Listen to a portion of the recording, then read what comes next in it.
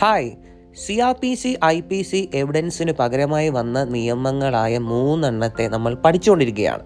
ഏതൊക്കെയത്? B positive എന്ന് പറയുന്നത് പോലെ BNSS, BNS, BSA.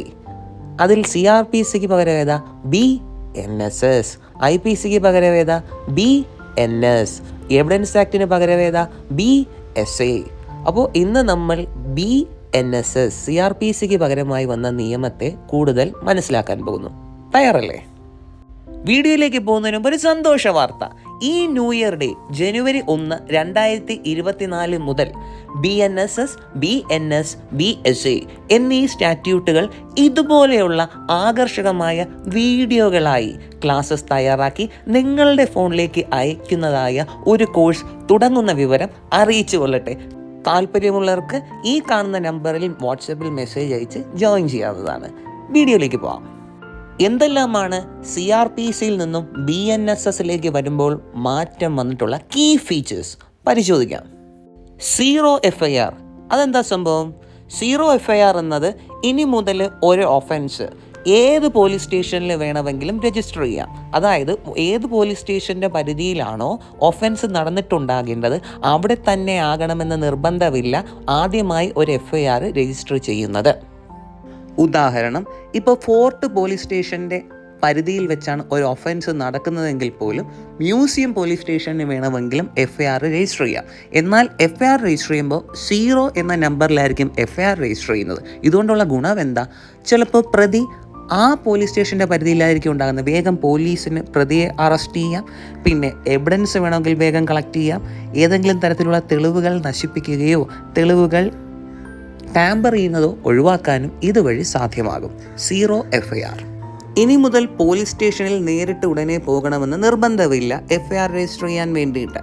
ഇമെയിൽ മുഖാന്തരം ഒരു പോലീസ് സ്റ്റേഷനെ അലൗട്ട് ചെയ്ത ഇമെയിലിലേക്ക് നമുക്ക് നമ്മുടെ പരാതി അയക്കാവുന്നതും ആ ഇമെയിലുകൾ കൈകാര്യം ചെയ്യാൻ ഒരു നോഡൽ ഓഫീസർ ഉണ്ടാകാവുന്നതും ആ കമ്മ്യൂണിക്കേഷൻ്റെ പുറത്ത് പോലീസിന് ഒരു FIR രജിസ്റ്റർ ചെയ്യാവുന്നതും ഇത്തരത്തിൽ ഇൻഫോർമേഷൻ നൽകി 3 ദിവസത്തിനുള്ളിൽ പോലീസ് സ്റ്റേഷനിൽ പോയി ഇൻഫോർമൻ്റ് സൈൻ ചെയ്ത് കൊടുത്താൽ മതിയാകും. ഇതുവഴി ആ ഒഫൻസ് സംഭവിച്ച സമയത്തെ പാനിക് സിറ്റുവേഷനിൽ ഉണ്ടാകുന്ന മാനസിക സംഘർഷത്തെ പോലീസ് സ്റ്റേഷനിലും കൂടെ പോയി നൽകുന്നതിൽ കുറയും എന്നത് സാരം. Preliminary inquiry.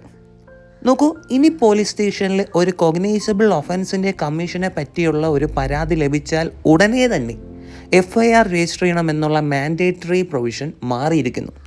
Lalithakumari versus government of ഇന്ത്യയുടെ വേർഡിക്ട് പ്രകാരം ഒരു കോഗ്നൈസബിൾ ഒഫൻസിൻ്റെ കമ്മീഷനെ പറ്റി ഒരു പരാതി ലഭിച്ചാൽ ഉടൻ തന്നെ FIR രജിസ്റ്റർ ചെയ്യണമെന്നായിരുന്നു.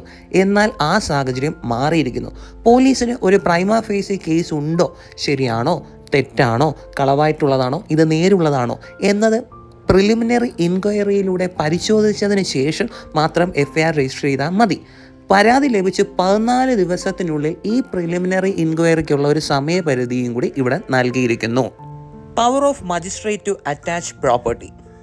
ഇനി മുതൽ മജിസ്ട്രേറ്റിന് ഒരു ഒഫൻസിൻ്റെ കമ്മീഷനിൽ വഴിയാണ് ഏതെങ്കിലും ഒരു പ്രോപ്പർട്ടി ഡിറൈവ് ചെയ്യുകയോ ഒബ്റ്റെയിൻ ചെയ്തിട്ടോ ഉള്ളത് എന്ന് ഇൻവെസ്റ്റിഗേഷൻ ഓഫീസറുടെ ആപ്ലിക്കേഷന് പുറത്ത് മജിസ്ട്രേറ്റിന് ബോധ്യമാവുകയാണെങ്കിൽ എക്സ്പാർട്ടി ഓർഡർ വഴിയോ അല്ലെങ്കിൽ റിക്വയർഡ് പ്രതികൾക്കെല്ലാം തന്നെ നോട്ടീസ് നൽകിയോ പ്രോപ്പർട്ടി അറ്റാച്ച് ചെയ്യാവുന്നതും ശേഷം പ്രതി കുറ്റക്കാരനാണ് എന്ന് ബോധ്യമാകും മുന്നേ തന്നെ ഈ പ്രോപ്പർട്ടി അർഹതപ്പെട്ടവർക്ക് ഡിസ്ട്രിക്ട് മജിസ്ട്രേറ്റിലൂടെ കൃത്യമായ രീതിയിൽ അവ റേറ്റബിളി ഡിസ്ട്രിബ്യൂട്ട് ചെയ്യാനുള്ള ഉത്തരവിടുവാനുള്ള അധികാരവും ഇതിനാൽ മജിസ്ട്രേറ്റിന് ലഭിച്ചിരിക്കുന്നു.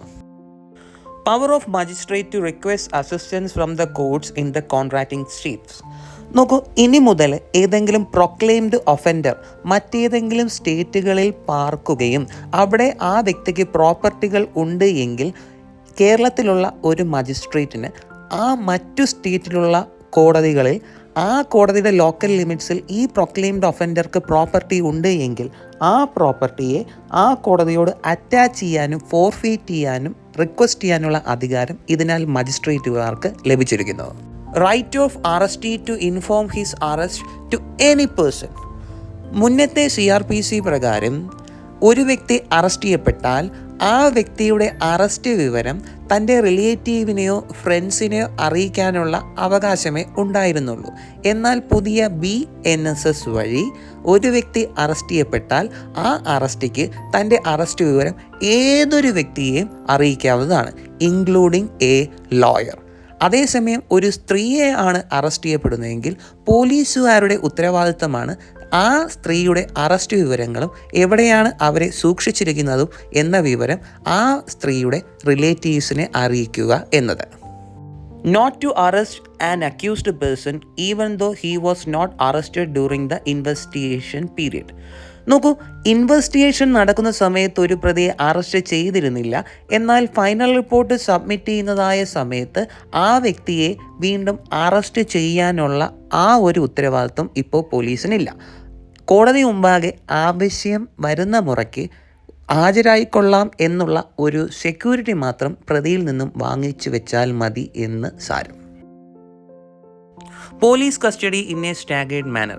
CRPC പ്രകാരം ഒരു പ്രതിയെ മജിസ്ട്രേറ്റിൻ്റെ മുമ്പാകെ പ്രൊഡ്യൂസ് ചെയ്ത് ആദ്യത്തെ 15 ദിവസത്തിനുള്ളിലാണ് പോലീസ് കസ്റ്റഡിയിലേക്ക് ഒരു പ്രതിയെ വാങ്ങാൻ കഴിയുമായിരുന്നത് എന്ന് ഇരിക്കെ BNS പ്രകാരം ഇനി പ്രതിയെ ഒറ്റ സ്ട്രെച്ച് ആദ്യത്തെ 15 ദിവസം തന്നെ വാങ്ങണമെന്നില്ല.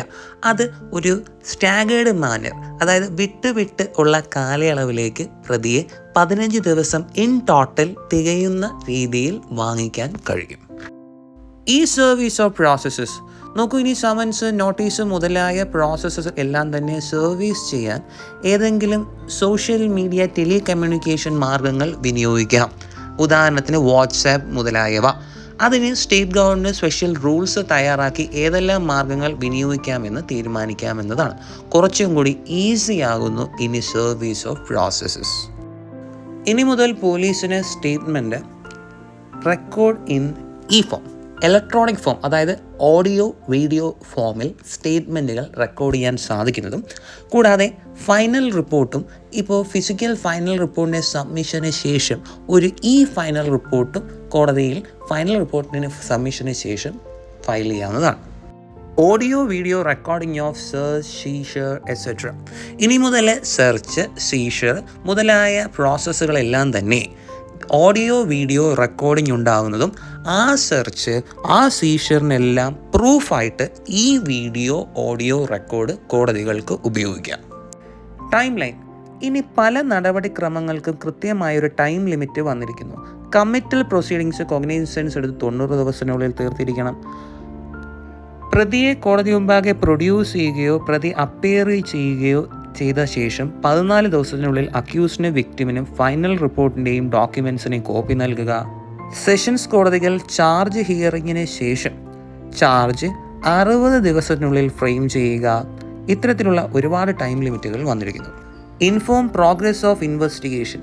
ഒരു പരാതി ലഭിച്ച് 90 ദിവസത്തിനുള്ളിൽ ഇൻഫോർമെൻറ്റിനെ തൻ്റെ പരാതിയിന്മേലുള്ള ഇൻവെസ്റ്റിഗേഷൻ ഏത് എക്സ്റ്റെൻറ്റ് വരെ എത്തിയിരിക്കുന്നു എന്ന് അറിയിക്കുക എന്ന ഉത്തരവാദിത്തം ഇൻവെസ്റ്റിഗേറ്റിംഗ് ഓഫീസറിൽ നിക്ഷിപ്തമായി.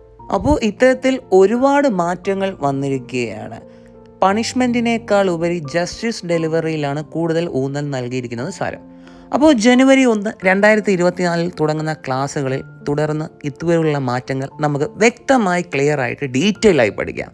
ഓക്കെ, വീണ്ടും കാണാം.